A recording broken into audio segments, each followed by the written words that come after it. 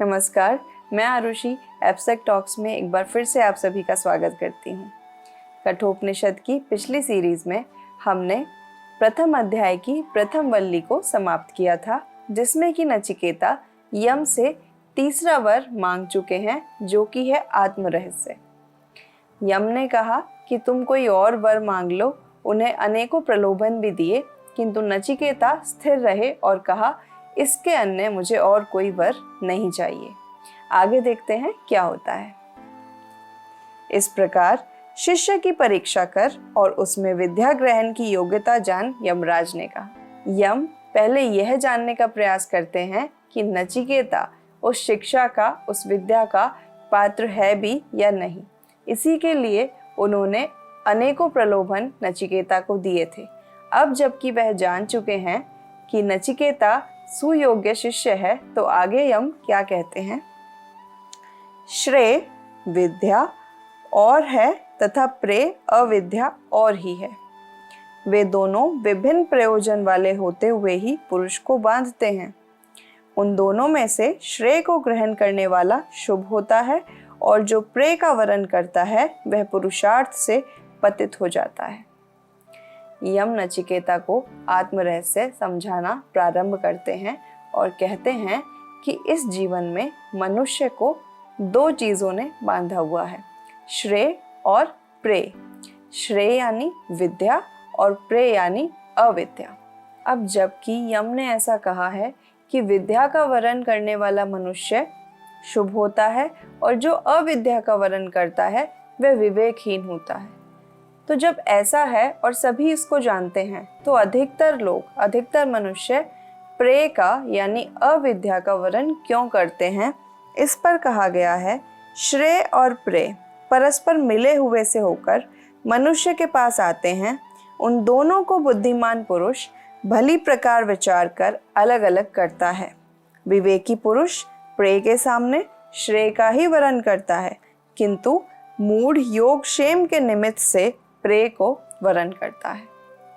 तो यहाँ कहा गया है कि प्रत्येक मनुष्य के सामने श्रेय और प्रेय परस्पर मिले हुए, जिन्हें कि अलग ना किया जा सके, इस रूप में आते हैं। परंतु जो विद्यावान पुरुष होता है, जो विवेकी पुरुष होता है, बुद्धिमान होता है, वह हंस के भांति, जैसे हंस दूध और पानी को अलग अलग कर सकता है, उसी तरह से विद्या और अविद्या को अलग अलग जानकर विद्या का ही वरण करता है।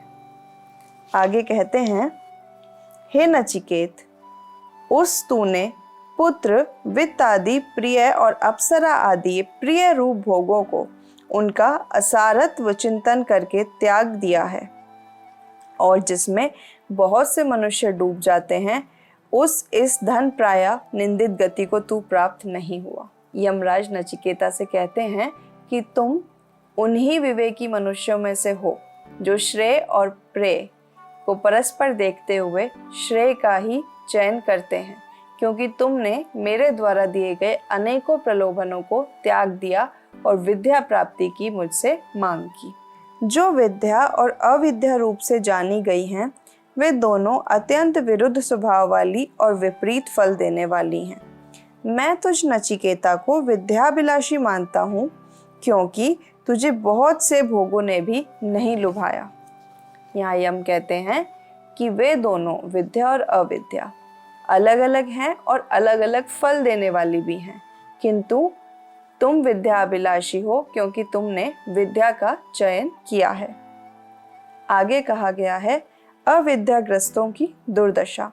किंतु जो संसार के पात्र हैं, वे अविद्या के भीतर रहने वाले, अपने आप बड़े बुद्धिमान बने हुए और अपने को पंडित मानने वाले मूढ़ पुरुष अंधे से ही ले जाए जाते हुए अंधे के समान अनेकों कुटिल गतियों की इच्छा करते हुए भटकते रहते हैं। यहाँ यम कहते हैं कि जो लोग अविद्या का चयन करते हैं, वे इस संसार के प्रलोभनों में ही लिप्त रहते हैं।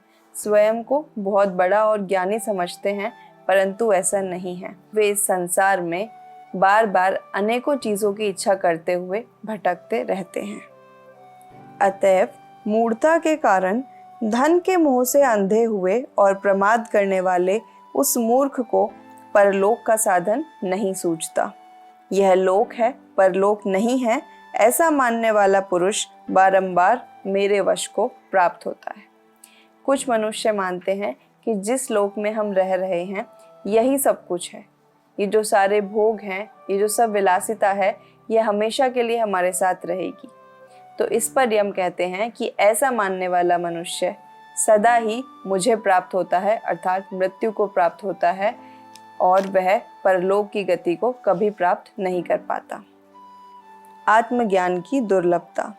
किंतु जो तेरे समान श्रेय की इच्छा वाला है, ऐसा तो हजारों में कोई एक ही आत्मवेता होता है, क्योंकि जो बहुतों को सुनने के लिए भी प्राप्त होने योग्य नहीं है, जिसे बहुत से सुनकर भी नहीं समझते, उस आत्म तत्व का निरूपण करने वाला भी आश्चर्य रूप है।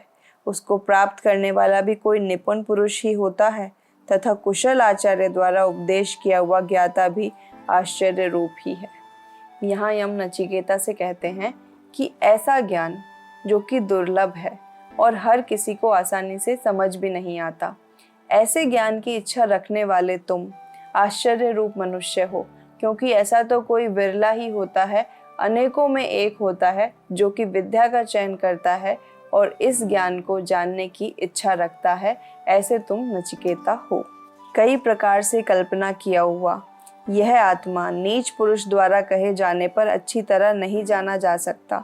अभेददर्शी आचार्य द्वारा उपदेश किए इस आत्मा में आस्ति नास्ति रूप कोई गति नहीं है, क्योंकि यह सूक्ष्म परिमाणों से भी सूक्ष्म और दुर्विज्ञ है। यहाँ यम यह कहना चाहते हैं कि यह ज्ञान किसी भी आचार्य द्वारा दिया जाने वाला नहीं है। जो मनुष्य नीच है, यदि वह इस ज्ञान को देता है तो भी इस ज्ञान का कोई लाभ नहीं। इस ज्ञान को तो ऐसे आचार्य विद्वान द्वारा लिया जाना चाहिए जो कि आत्मस्वरूप रहस्य को भली भांति जानते हैं, जिनके के लिए आत्मा की कोई गति नहीं है, जो आत्मा को सूक्ष्म से भी सूक्ष्म परिमाण वाला जानते हैं।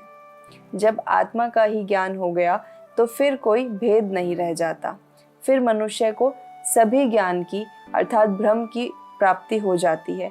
यदि ऐसे ही आचार्य द्वारा यह ज्ञान जाना जाए तो ही यह सफल होता है, ऐसा यम कहते हैं।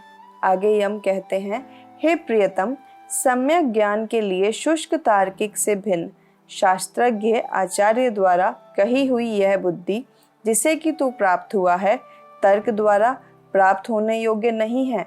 आहा, तू बड़ा ही सत्य धारण वाला है। हे नचिकेत, हमें तेरे समान प्रश्न करने वाला प्राप्त हो। यम नचिकेता से कहते हैं कि यह जो ज्ञान है यह तो तर्क द्वारा जाना नहीं जा सकता। जो तर्क करेगा वह कहेगा कि आत्मा सूक्ष्म है, परंतु जो चीज़ सूक्ष्म है उससे भी सूक्ष्म कुछ और होगा, फिर उससे सूक्ष्म भी कुछ और होगा। तो यह तर्क द्वारा जानने योग्य नहीं है, यह तो पूर्ण बुद्धि से जानने योग्य है।